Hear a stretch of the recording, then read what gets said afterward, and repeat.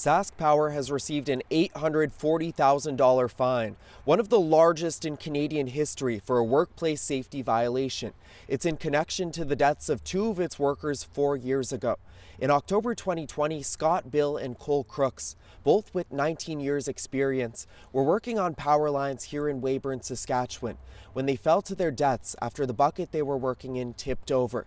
Now, earlier this year, SaskPower was found guilty on 3 violations of workplace safety. Those violations include failing to ensure workplace health and safety, falling short on training and supervision, and not having a proper requirement to ensure workers used a fall arrest system. Both workers were not clipped in at the time of the tragedy or reminded by supervisors, and court heard that workers who were frequently going up and down from power lines would often forget to clip themselves in. Now, the investigation also found that there were issues with the bucket truck's leveling and tilting system, and that despite those known issues, no regular inspections were taking place. Now, after the judge handed down that fine today, we heard from a union representative. When something like this happens, Weyburn's a close-knit community. These people were dedicated linemen, and really I hope it just helped family, friends, co-workers. I just hope everybody can begin to get some closure from this.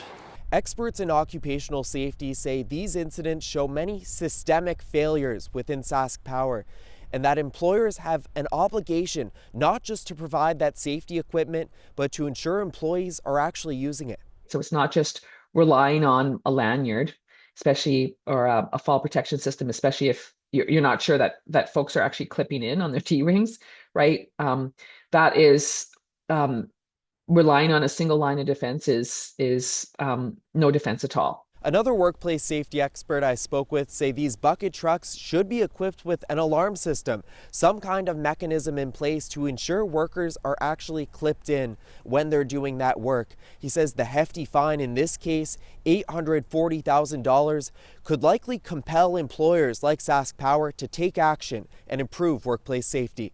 Alexander Silberman, CBC News, Weyburn, Saskatchewan.